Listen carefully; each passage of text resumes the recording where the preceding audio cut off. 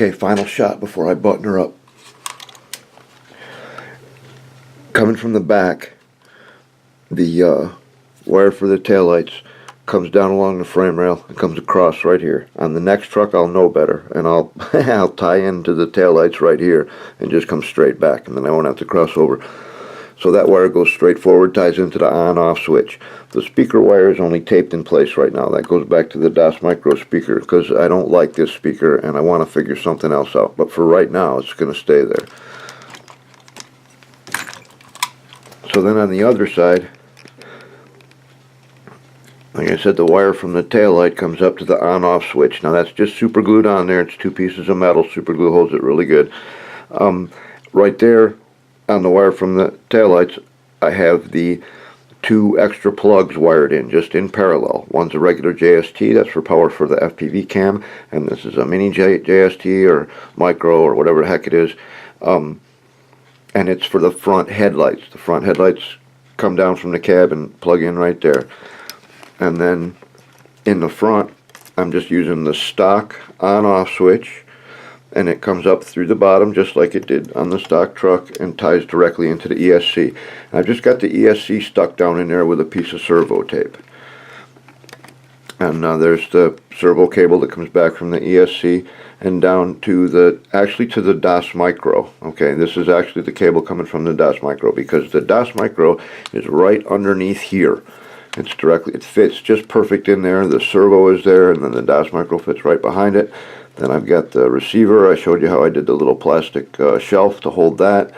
The wire from the motor just plugs in to the ESC. That's the standard connector that comes on the ESC. So I changed the one on the motor.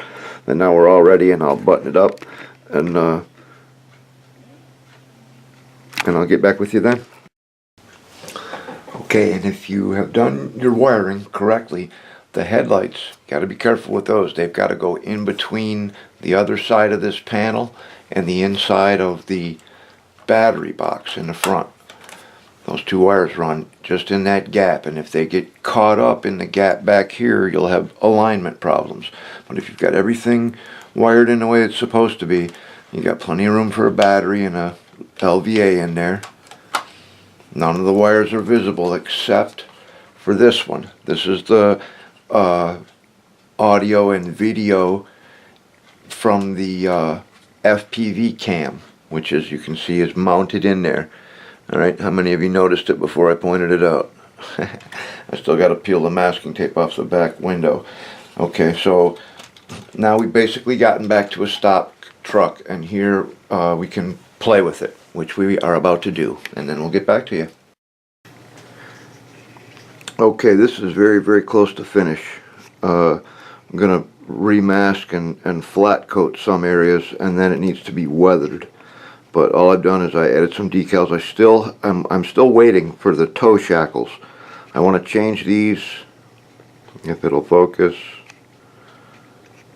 I want to change these molded on plastic toe shackles for functional shackles, and I have some on the way that are 1/10 scale. We'll see how they work out. The rest is just decals in a couple places. I put this on for you, Painless. Now you can see I'm not sure how well that's going to go when I flat coat it. I got some tricks up my sleeve though. But see, this was a very, very old decal. It had started to yellow. I was able to save some of that.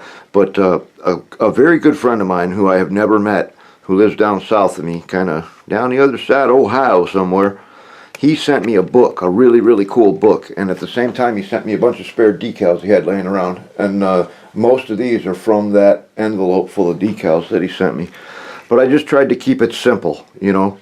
And, you know, I couldn't find the girl in the black bikini. So for this one, we've got an angel riding with us. Okay, and she's seen better days. But the story on that and the wolf is that, hey, everybody in the 501st knows that there's a guy over in HHC, Headquarters Company, and that guy really loves 2 things. He loves to paint, and he loves to play poker. And he's really, really good at painting, and he's really, really bad at playing poker. So them boys down in the motor pool, just about every one of them's got one of his little paintings on there, or more. Okay, so that's it. pretty much for the exterior. I still would like to do something with the exhaust. So, you know, nothing's ever finished for sure. We still got the toe shackles, and after the toe shackles, I'll decide if I want to make any changes to the bumper. Now, as for markings, I just kept it simple. I just threw some stars on it and a USA decal, and you can see U.S. Army on the back. And then, you know, the poker game winnings went on there. For our driver, this guy, he's off a Toro half track, but I think he looks really good up in there, because if you see the truck in person and you get up close enough to look in there and see him, I think I'm going to call him George. What do you guys think? And of course you can see right there the FPV cam, so that's all ready to go. And I'm going to button it up and test all that out and try driving it through goggles and all that, and I'll get video of that too. But as far as the aesthetics go, stuff is pretty much complete. Now I wanted to turn you guys on to something. Up here we've got a chain fabric store called Joann Fabrics, but no matter where you go, there's some kind of store where you can go and buy fabric or cloth by the yard, you know, like off the bolt. And this is called chenille. No idea how to spell it, but I think it starts C-H-E-N.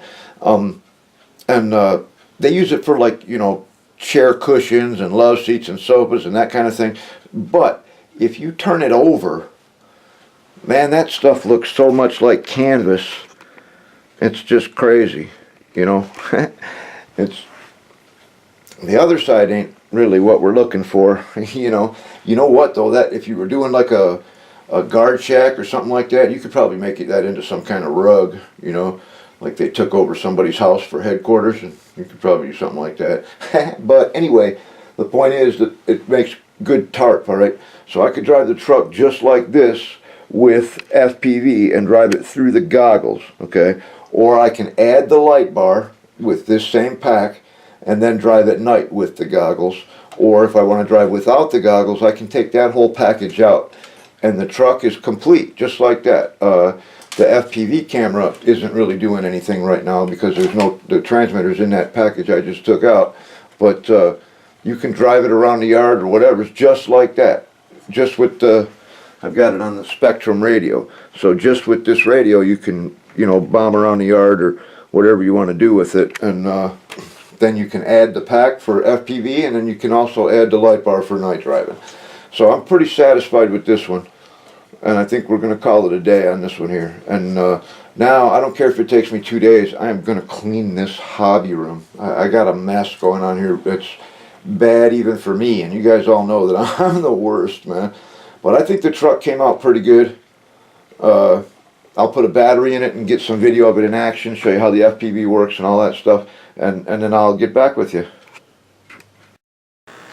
Okay, I've hit a little snag, and I'm only documenting it because this is one of those things that it can get really frustrating, and you just gotta, I'll have to just stick with it and figure out what's going on. But we're getting really, really close. Eventually, I'll do a nice wooden crate in the back to hide all the electronics, and I've only got to have the electronics in there if I'm using the FPV for goggles or the light bar. If I'm just driving the truck, I don't even need that crate back there. So I can tell right now, and I know this ain't going to come across on video, but I can tell that I'm getting audio, but I'm not getting any video. And I don't think that would be because the, I don't know, I'm going to try putting a charge on this. That could be part of the problem. But the whole point is that when bad stuff happens, you just got to stay positive and work it out, you know. And we will. But everything else is working the way it's supposed to. And we're making really good progress. As soon as I get that camera thing sorted out, we're going to call this truck finished and start cleaning. We'll get back with you.